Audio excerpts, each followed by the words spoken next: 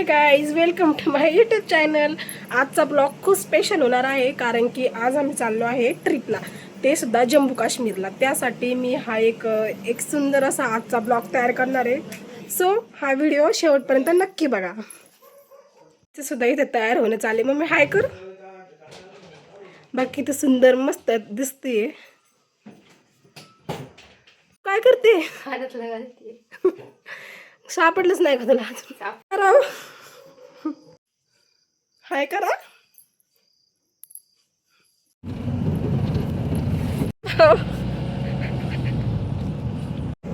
बघितलं असं ना तुम्ही फेसबुकला.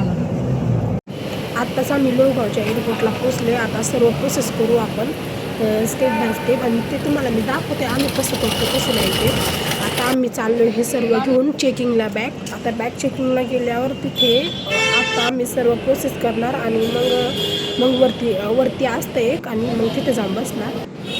फ्लाईटची वाट पहा किती सुंदर एअरपोर्ट आहे. आणि चला तर आपण आता चेकिंग करून घेऊया.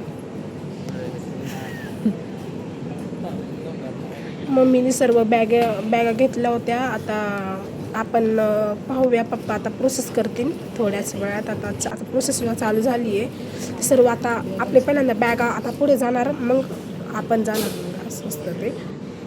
सो बघा किती क्लीन आणि नीट मस्त असं एअरपोर्ट आहे. ही तर आपल्या महाराष्ट्राचं दाखवले, पुण्याचं नाही का, कसं असतं ते प्रत्येक ह्याचं कल्चर तसं.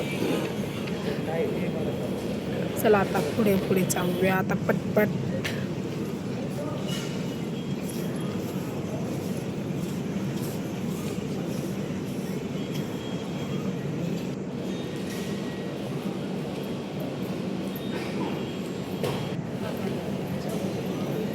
आमची फ्लाईट होती 7:30 वाजता होते. 7:30 वाजता आमची फ्लाईट होती. आम्ही निघालो होतो 5 वाजता निघालो होतो. मग चेकिंग वगैरे करायला सब प्रोसेस जाते म्हणून आम्ही थोडे लवकरच निघालो होतो. सो आता आम्ही तर वाट बघते थोड्याच वेळात आमची फ्लाईटसुद्धा. आणि डायरेक्ट आम्ही जम्मू काश्मीरला नाही जाणार, कारण की पहिल्यांदा आम्ही दिल्ली एअरपोर्टला लँड करणार आणि मग परत दिल्लीवरून परत आम्हाला दुसरी फ्लाईट आहे जम्बूला, आणि जम्बूवरून पुन्हा श्रीनगरला अशी फ्लाईट आहे. म्हणजे अशी फ्लाईट अशी बदलून अशी 2-3 वेळा फ्लाईट आहे. सो आता फ्लाईट पण निघालेली आहे आणि आता आपण चला. तर पहा किती सुंदर व्ह्यू दिसते बाहेरचा, आणि इतकं सुंदर वाटत होतं ना, खूप सुंदर वाटत होतं. आता फ्लाईट लँड झाली. आता आम्ही उतरले, कारण की मला आतमध्ये दाखवताना आलं, कारण की आतमध्ये नेटवर्क नसतं, काही नसतं अजिबात. आता सर्व बाहेर चालले आणि फ्लाईट मोठी बस दिसली ना ती आत्ता आम्हाला न्यायला आली, कारण की खूप मोठं डिस्टन्स आहे एअरपोर्ट ते हे फ्लाईट लँड करण्याचं. त्यामुळे अशा बसेस येतात आपल्याला न्यायला. सो या बसमधून आम्ही एअरपोर्टला जाणार आणि तिथून आम्ही जम्बूची फ्लाईट पकडणार. जम्बूची फ्लाईट पकडली की आम्ही मग तिथून परत श्रीनगरला अशी फ्लाईटचं, कारण की एकदम जात नाही. सो बघा तुम्ही, साहिल पण सारखं दिसतं याच्यामध्ये येत नाही, कारण त्याला खूप लाज वाटते यायला. किती लोक आहे पहा इथे.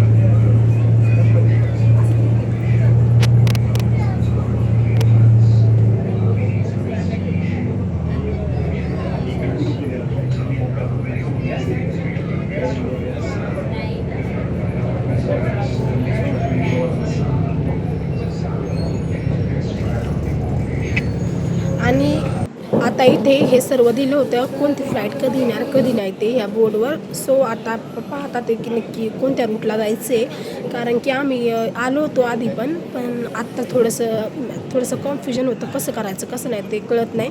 दिल्लीचं एअरपोर्टसुद्धा खूप सुंदर होतं आणि खूप क्लीन होतं. आता बघा तुम्हाला दिसेलच एकदम वर्दळसुद्धा होती लोकांची, कारण की संडे असल्यामुळं सर्वजण प्लॅन संडेचाच करतात जायचा. आणि हे पहा ही मशीन किती भारी, म्हणजे ही क्लीन करायची मशीन आहे, पूर्ण क्लीन होतं त्यांनी. आता आम्ही बाहेर झाले. आता हे आम्ही नेक्स्ट टर्मिनलला चाललो, म्हणजे आमची फ्लाईट नेक्स्ट टर्मिनलला होती. सो आम्ही इथून बस येणार होती, त्या बसमध्ये बसून आम्ही दुसऱ्या एअरपोर्टला जाणार होतो. म्हणजे एअरपोर्ट एकच फक्त टर्मिनल अनेक असतात. सो आम्ही त्या दुसऱ्या टर्मिनलला जाणार आहे. आता आम्ही बसमध्ये आलेलो आहे. दिल्ली पण खूप सुंदर होते बरं का. दिल्लीचं एअरपोर्ट आणि तिथालची स्वच्छता, तिथालची माणसे पण खूप अशी प्रेमळ आणि मनमिळाऊ होती. सो आता आम्ही आलो आहे दिल्लीच्या एअरपोर्टला. इंदिरा गांधी इंटरनॅशनल एअरपोर्ट नाव आहे ह्याचं. आता पहा किती छान आहे. माझ्याकडून व्हिडिओ काढायचा राहिला जम्बूचा आणि दिल्लीचा एअरपोर्टवरचा व्हिडिओ काढायचा. सो आता आम्ही डायरेक्ट आलो श्रीनगरमध्ये आमची एक लास्ट फ्लाईट होती. आता आम्ही आलो आम्ही सर्व बॅगा कलेक्ट करतो आहे. पप्पा गेले ते बॅग कलेक्ट करायला. सो आता आपण श्रीनगरच्या एअरपोर्टवर आलो आणि आता इथूनच आमची जम्मू काश्मीरची जर्नी स्टार्ट होणार आहे. कारण की आता श्रीनगर हे मेन एअरपोर्ट आहे ना, त्यासाठी आम्हाला श्रीनगरमध्ये हॉटेल दिलं होतं. आता पप्पा सर्व बॅगा कलेक्ट करतील, मग आपण जाऊया. आम्हाला एक माणूस आलेला आहे न्यायला, त्याच्यासोबतच मग आम्ही जाणार आहे एअरपोर्टवर. कारण की आमचं पॅकेज होतं. सर्व पॅकेजमध्ये सर्व सामान म्हणजे आपलं राहायचं खायचं प्यायचं सर्व गाडी वगैरे सगळे त्यांची होती. आपल्याला फक्त आपल्या वरवरचा खर्च करायचा होता. सो तुम्ही बघा शेवटपर्यंत खूप इंटरेस्टिंग व्हिडिओ होणार आहे हा. आम्ही आता बाहेर चाललो आहे.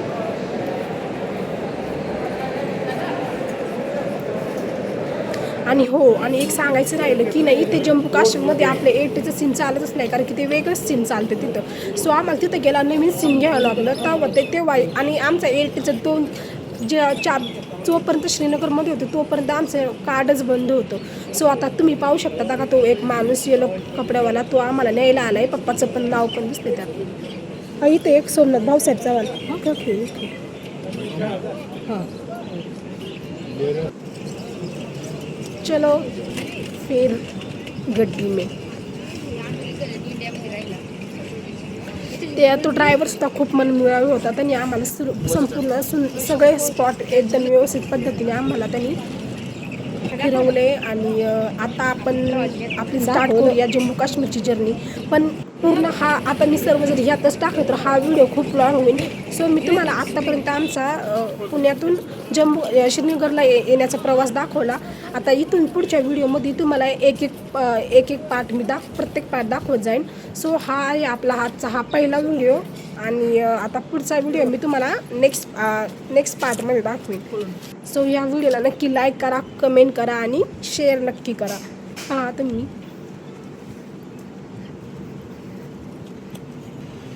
अरे वा, गाडी भारी. इकडचं आलं की मग ते बंद करायचं. आता आपण ओला चाललो हॉटेलवर आणि नंतर गार्डन ना. हे पोलीस की गाडी आहे भैया. आणि इथे जिथे पाहू तिथं आपली आर्मी तैनात असते. कारण की जम्मू काश्मीरसारख्या सुंदर ठिकाणी खूप असं सिक्युरिटी लागते. आणि तिथं प्रत्येक ठिकाणी आपली आर्मी एकदम तयारच असते. जिथे जाण तिथं तुम्ही पाहसाल तर तिथं प्रत्येक ठिकाणी आर्मी असते. आपल्या इथे कसं आम्हाला तर वाटलं की नक्की काय झाले काय नाही, पण तिथे ना प्रत्येक ठिकाणी आर्मी असते म्हणजे असते. आणि तुम्हाला तुम्ही जेव्हा पण काश्मीरला येसाल तेव्हा तुम्ही पाहू शकता की तुम्ही किती आर्मी फोर्स आहे ते. आणि तुम्हाला जे काही प्रश्न असेल ते त्यांना विचारू शकता. सो आता आपण नेक्स्ट व्हिडिओ तुम्हाला नेक्स्ट पार्टमध्ये दाखवते.